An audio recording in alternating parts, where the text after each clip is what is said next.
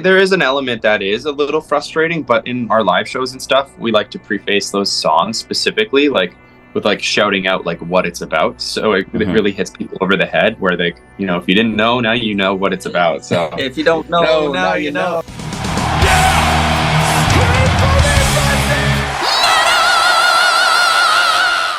Hey everyone, welcome to the channel. My name is Belgian Jasper. If this is your first time in the channel, hit subscribe right now.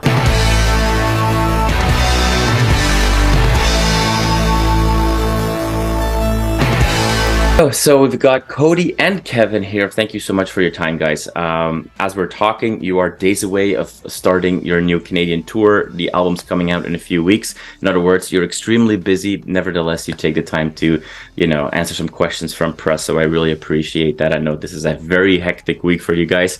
Yeah.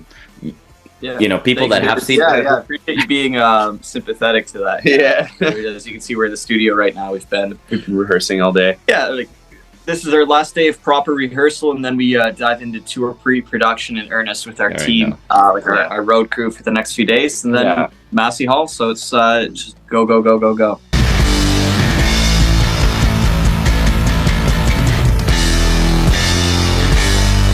To start at a cool place, the Massey Hall in Toronto is for Canadians to know that's a badge of honor you can wear, like starting your tour at Massey Hall.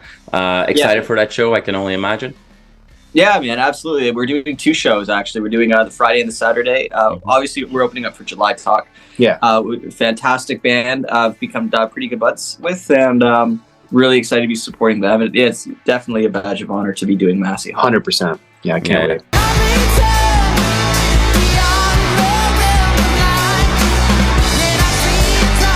Now, we did Massey 2 years ago with the Andy Kim Christmas, a charity show. With Alex Lifeson. Yeah, that was incredible. We did a couple of Zeppelin covers with him, which, you know, was great, but I would love to have played some Rush with Alex. That would have been awesome, but it's understandable. Yeah. Now there is a passion for Rush here. I mean, obviously, the people that know the band longer than today know this already quite well. And if we just dive straight into the new album, Fearless, that's coming our way, you know, kicks off with the epic song Starlifter, where, you know, the moment we hit play, we hear influences from Asia, Styx, Magnum, and obviously Rush as well. No doubt about that. So if we look at Canadian radio, you know, in the rock genre, it's very mainstream pop driven. And that's not necessarily a negative thing. Let's take July Talk, for example, which would be a poppy rock band. They get played on things like The Edge and what have you. And then you've got the classic radio stations, but they kind of, you know, are stuck in this never-ending loop of April Wine Trooper, lots of Rush, and stuff like that, right? So for bands that are you know, influenced by the classic bands, but that are contemporary like yourselves, it's hard to get on the radio. Is that reality in a way liberating? Like a song, like opening an album with an 18-minute song, you know, we're not in 1972, we're in, you know, 2023. The fact that you know this is the reality of the world, does that in a way it limits you, but it also kind of gives you the freedom to do whatever you want? I guess, we kind of stopped like caring like what other people like want to do with our music. We just kind of started making music that we wanted to hear and what we wanted to make. So that was kind of like the mission statement with the whole album itself. Yeah, I mean, it's definitely a risk to open up a record with an 18-minute song. In fact, that was the lead single of the record. And I think that just makes the most sense for us, because you can truly make compromises and get exactly the same place. Yeah. And the truth of the matter is earlier in our career, Cody and I were writing this kind of music, and we made a very conscious effort to sort of shelve it in favor of trying to like open the door with like shorter, more accessible songs. And like the first couple efforts that we did, our first two EPs and then our self-titled record, really truly reflect that mentality we had at the time. Yeah. And then obviously COVID happened and the entire music industry changed so dramatically. And obviously, you know, it's nice to get played on the radio. That's not something we're going to eschew, but it's not going to make or break our band, you know? Yeah. It's like, a #1 at active rock radio can be a blessing, but it can also be a curse, because a lot of the time, if you're getting to that point, for us, we would have been making compromises to our work. Yeah. And had we reached a #1 with the songs that we were trying to, that would be like an albatross around our neck now, where we wouldn't be able to have a 20-minute song in our set, because we'd have 3 or 4 other songs that were 3 minutes apiece that we're vying for the attention too. Yeah. And so yeah, it is liberating in a way. definitely, yeah. Like otherwise, yeah.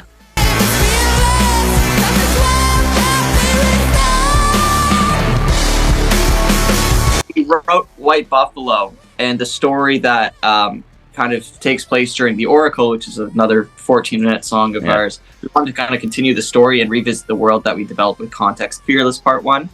And obviously our A&R guy, Sean, very understanding fellow, but he has to do his job. He was like, good job, White Buffalo, guys. Get some singles, let's get some shorter songs. Batch. So, of course, the first thing we delivered was Starlifter. And, everyone was very understanding and supportive, and we got to, go and record our artistic vision. Yeah. But then right after, we had, Lady of the Lake and stuff, and, Reflection. So it was it was always part of a plan to be an album. It was always part of an album. Yeah. Okay. Now, you mentioned the story, and it's important. Yes, people can enjoy the music, but you have to have done, you've really had to try to listen to your guys' music or interviews or read about you guys and not realize that there is there's bigger meaning behind everything that you guys do. As straightforward as the name of the band as well, where people from outside Canada might not directly understand what you're talking about. For sure. You guys tell stories influenced by Native stories, First Nations, their struggles. When people come to you and go, oh yeah, I love your song, whatever, but it's clear that message kind of got lost on them, which I'm sure with the success that you've seen and the mainstream embrace, if you will, of the band, few people tend to have the time to dig into that. How do you guys feel that? Is there some level of frustration with that? Or is hey, glad that you enjoyed the music, but what's that like for you? Because it's clearly something that you're so passionate about. I mean, there is an element that is a little frustrating, but in our live shows and stuff, we like to preface those songs specifically, with shouting out what it's about. So it really hits people over the head, where they, if you didn't know, now you know what it's about. So if you don't know, now you know. Yeah, no, I feel it's one of those things where you can't escape it when you come to the live show. Exactly. And at the end of the day, lyrics for some people are the most important thing, and for other people it's the least important thing. But at the end of the day, if they're listening to our music and they're listening to it on repeat, the lyrics will get in there no matter what. And then maybe they'll think about it. Exactly. So whatever. I mean, it's and I honestly think sometimes too, it's just whatever your connection to a song is, it doesn't necessarily have to be the intended connection that the artist has intended for you. Right. So there's something beautiful about that too. But Picasso is dead. The artist is dead. Crownland's dead. Once someone listens to a song, it's out of our hands. Has that happened that people come up to you guys and go oh, this song really means this to me, and it's completely different than what you thought, but it was kind of oh, wow. Yeah, I was wow, that's kind of cool. Maybe it is about that now. Totally. Yeah. That's what I meant the whole time. Actually. I always love it when the English teachers get their hands on our music, and all of a sudden you get whole new meaning. For sure.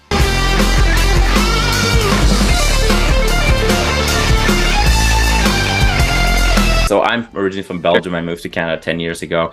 I live in Toronto. Know a couple of people from Oshawa, where the band originated from. And I'm sorry. Well, all kidding aside, or maybe not really, there is this thing of we're from the Dirty Shwa, and I'm sure that I don't expect anybody from outside Canada to have any clue what we're talking about, but and it seems to be very much a badge of pride. Help me understand. Oshawa was just a rough town. I mean, we played a festival a few years ago, and Randy from the Trailer Park Boys was the MC at the whole festival. and he introduced us as two shit weasels from the Dirty Shwa. And that was I think the best way I've ever been. It's pretty hilarious. But like honestly, yeah, people just like to call it that, and it's their way of kind of distinguishing themselves from other people from other surrounding towns. It's a rough town. It's a blue collar town. It started as an auto industry town, right? It was a GM town where the pickup trucks for GM were built. The Camaro came out of Oshawa, so that was a badge of pride for a number of years. And then it kind of fell. It kind of went under, and then it lost its identity, and now they're rebranding as like a university town. So like they're trying their best by saying, "Yeah, I'm from the Dirty Shwa. It's awesome." Yeah, there's definitely a certain kind of like a blue collar pride there that we're seeing kind of get swept away by a new identity, which that's life. That's beautiful shit, baby. Yeah, that's one thing that I've learned as well is like the surrounding town, like Ontario, but not Toronto, if you will, has a vibrant support for classic rock and what have you, and is it as straightforward? Because I mentioned bands like Asia before and Styx and Magnum, and let's forget about Rush because everybody knows Rush. Magnum, man, like that's a sick reference, man. Like I remember we got our hands on a Magnum record this year, and it ended up influencing at least like me a lot. I really love the guitar textures. Well, Chase the Dragon. Oh yeah. I bought that album for like $3 at a record store. Oh, nice. Just because the art was so prog. And I'd never really heard of Magnum. And then I ended up, is it On the Edge of the World? I was on that record. And I just love all the guitar harmonies that were clearly recorded with an old, like, Tom Scholz Rockman. Like, that super, like, just mid-focused, direct guitar tone. I think you totally derailed this question. No, that's all good, man. That's all good. Like, hey, like, Magnum for me was, like, the first 3 minutes of Starlifter. I feel like it's kind of like back and forth between Styx and Magnum influences for me, at least, that I was like... but I grew up as a Magnum fanboy, so nice. But like guys like yourself, because let's be honest here, there's a lot of influences that you guys talk about from the 60s to the 80s. Neither of you were around in those times, right? So where do these influences come from? Is it from rare record store finds, or is it just like what local radio played? Where does this influence come from? For me, it's like my parents. They were listening to this kind of music growing up, and just being around it, you just you absorb it through osmosis, and you become more privy to like loving that kind of music, and then you seek it out, and you find really cool gems like Magnum and stuff, and one thing leads to another, and you're influenced by a whole bunch of bands from that era.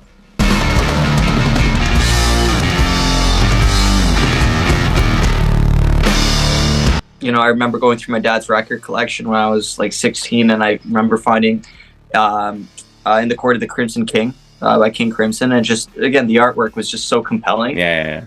And when you put on that record, it takes you to an entirely different place than most other music does from that era, even. So I think definitely like parental influence, and like I went against my parents hated Rush, and so that was a huge reason why I wanted to get into them, just because I needed to find the forbidden fruit. And found it. Rush is fine, and then but my dad was really into John McLaughlin, the jazz guitar player, and so I got into Mahavishnu Orchestra through that, and just how the English had prog rock, the Americans had jazz fusion, and so we definitely pull from both of those worlds. Less, obviously, less from jazz fusion, but like I think Cody's drumming. Cody definitely pulls from like Billy Cobb. And then, I'm starting to take like some fusion lessons right now, which is really cool. Yeah. Like Chick Corea, one of my favorite composers of all time. From Return to Forever. Love Chick Corea, love Herbie Hancock, and all those guys. But to answer your question, that's kind of where it comes from. Is just like diving into records from an early age and listening to an album front to back and focusing on the story and the way that you get two chances to have the beginning and the end on an album. And I find CDs don't excite me in the same way that an album does, because you can really create a world. And I think that's something we put a lot of effort into on Fearless, where each album side has its own like beginning and narrative. End. Yeah, exactly. So you guys already mentioned earlier that like the team around you, like there were some expectations. It's like they want to see a single. Obviously, that's their job. They need to promote you guys. With the with the fast success that happened over just a few years, and I know with COVID everything feels like it was 100 years, but if you really take a step back, a lot has happened for you guys in a very short time. You know, this is at the same time, I find, like, the most adventurous, the most mature album that you guys have made, or most record or whatever, like, release, let's call it, because there were EPs as well as the record. And so you mentioned, like, oh yeah, we're letting ourselves be influenced more by jazz fusion and whatever. So there seems to be more of a comfort level that, hey, okay, we can kind of do what we want to do, and at the same time there is that discrepancy with, and we have now a more professional team and there's more expectations. Like, does that create at times through that whole creative process, was there notably more pressure on you than ever before?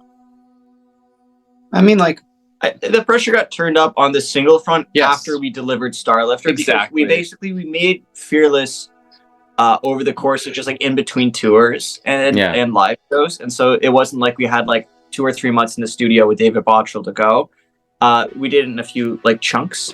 And I'd say the heaviest pressure was on the last session where we did Dreamer of the Dawn, Citadel, and The Shadow. And basically, at the end of the writing pre-pro session before we went into the studio, everyone on our team was pretty hungry for another single. And we didn't have anything written except for some music, which ended up becoming The Shadow. And I think the pressure was really good, though, because then we were forced to write in the studio with David, and we got a song that, to me, feels like sexy Dio. You know, it has kind of like that 80s Aussie Dio feeling that we've hinted at in previous work, but I feel like we've really kind of turned it up on that song. And, you know, I'm really happy with that. So sometimes the pressure does get turned up, and you deliver, you know, that's going to be, I guess what the industry calls it is the focus track, instead of, you know, because you have the lead single, the follow-up single, and then once the album comes out, the single that comes out with the record, I guess is going to be The Shadow. And so Lady of the Lake right now is starting to hit active rock, which is exciting. But again, in the Canadian music industry, you only get like 2 or 3 shots at radio for your entire album. It's not like you can just keep releasing single after single, because thanks to CanCon, there's only so much Canadian content that they actually want to add, and like once they've hit their quota with one of your old songs, it's very hard to beat yourself out of that slot, you know. And that's another reason why we didn't want to play the radio game, because it's one of those things that's like next to impossible to win unless you are Blink-182 or Metallica at this point, right?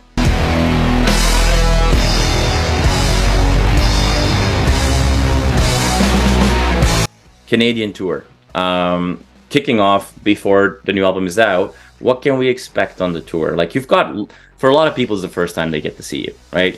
For obvious reasons with the last few years, and you've got a lot of material. Not every show you'll be able to play everything. What can we expect for this tour? Well, you can definitely expect Starlifter in its entirety. we're taking everyone to outer space, right? Obviously, July Talk being more of an alt-leaning band, it's really exciting for us to get in front of people who probably haven't listened to us before. And so, as the opening band, we're opening our set with Starlifter. And it's just like, hello, we're here. This is what we're about. You know, I feel like that really, because you have such a short amount of time to tell actually who you are. You know, we really want to ease our listeners into the world.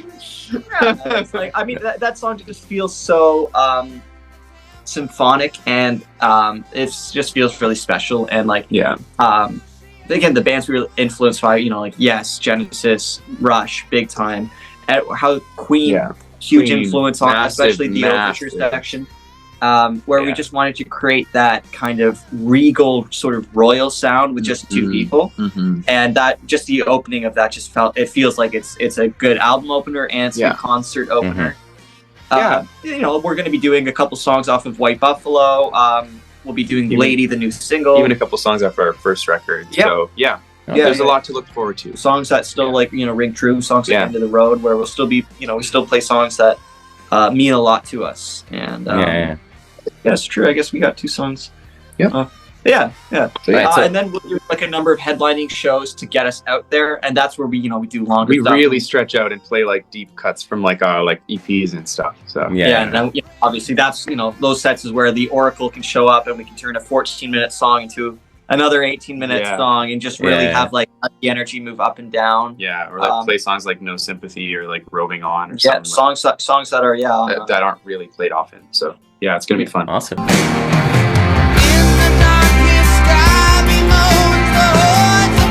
There's pressure from our team. Be like, well, you guys got to sell yourselves and you know, come together. That Beatles cover is it's up on the charts, and it's like that is not selling us, so, right? Good. So you basically, you know, you have to kind of play the game, but at the same time, like, I'm not playing that game. You know, it's So, like if we have 40 minutes to take people to our world, we're taking them proper. You know? Right. So is that also a little bit of a reaction to? So I saw the press coverage of when you did the Beatles thing for the soccer team, and obviously there's, you know, I saw you guys on magazines and stuff like that, and a reality of getting attention of mainstream media is that most of the questions in your case is gonna be about, oh, tell me about your necklace, or oh, you look funky, tell me about that, or hey, do you play soccer? Do you want to kick a ball around? Like, which is fun. It's fun content, but it's not really about crown lines at all. So is this kind of like, is this in a way the band going like, we're gonna put our foot down and we're gonna do it a little bit more our way? Yeah, exactly. Yeah, because again, like, that's exactly it. Exactly it. Yeah, like, man, you like, get it. Yeah, like we played the game, and it's like, again, like the, you know, even the, And now you're changing the game. You know, Yeah, exactly. Well, I mean, everyone's got to play the game to an extent, and then you can break the rules for yourself. Yeah.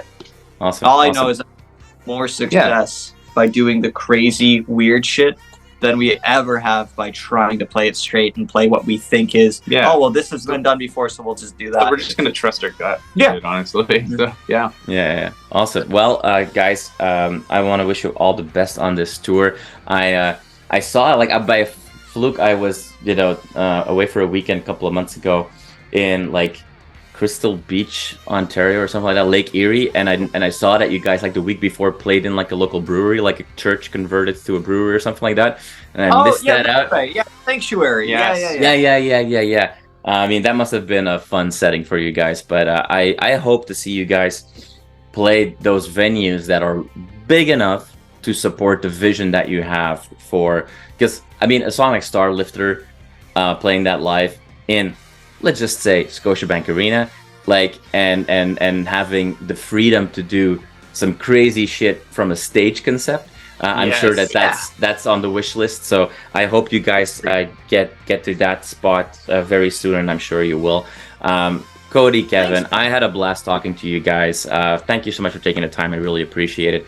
And I hope to see you guys on tour, and can't wait for all the fans to for all of your fans to discover the new album, and all the July Talk fans to be forced an 18-minute song to go like, whoa, what the hell is going on? That'll be awesome. Well, luckily, totally. Luckily, it's more like a multi-part suite. So, you know, there'll be times for people to be like, they'll be like clapping and like confused. But thank you so much, Jasper. It's been a pleasure. Yeah, really nice talking, man.